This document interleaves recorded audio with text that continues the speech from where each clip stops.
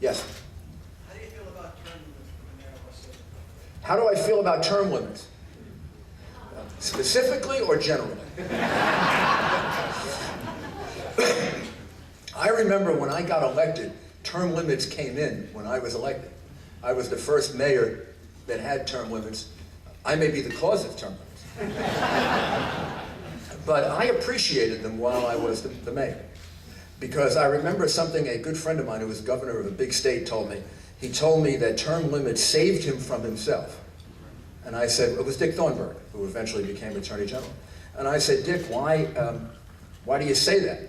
He said, because I'm leaving office now. I'm leaving office relatively popular. And I know that if there weren't term limits, even though I'm smart enough to realize if you get ruined in a third term, I would do it anyway. So the term limits saved me from myself. And I felt that way. And even when September 11 came along and there was some suggestions that I remain, it really was for a 1 or 2 month period. I never even thought about the idea of remaining for another 4 years. It seemed to me that 8 years was right. But, I mean, should you leave that? I think you should leave it up to the voters. I think voters should get to decide that. I think term limits are probably inherently anti-democratic, small d, or in New York City, capital D. But I think you should leave it up to the voters.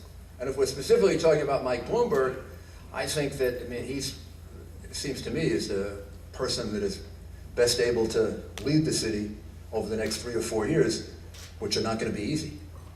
So I think you leave it up to the voters.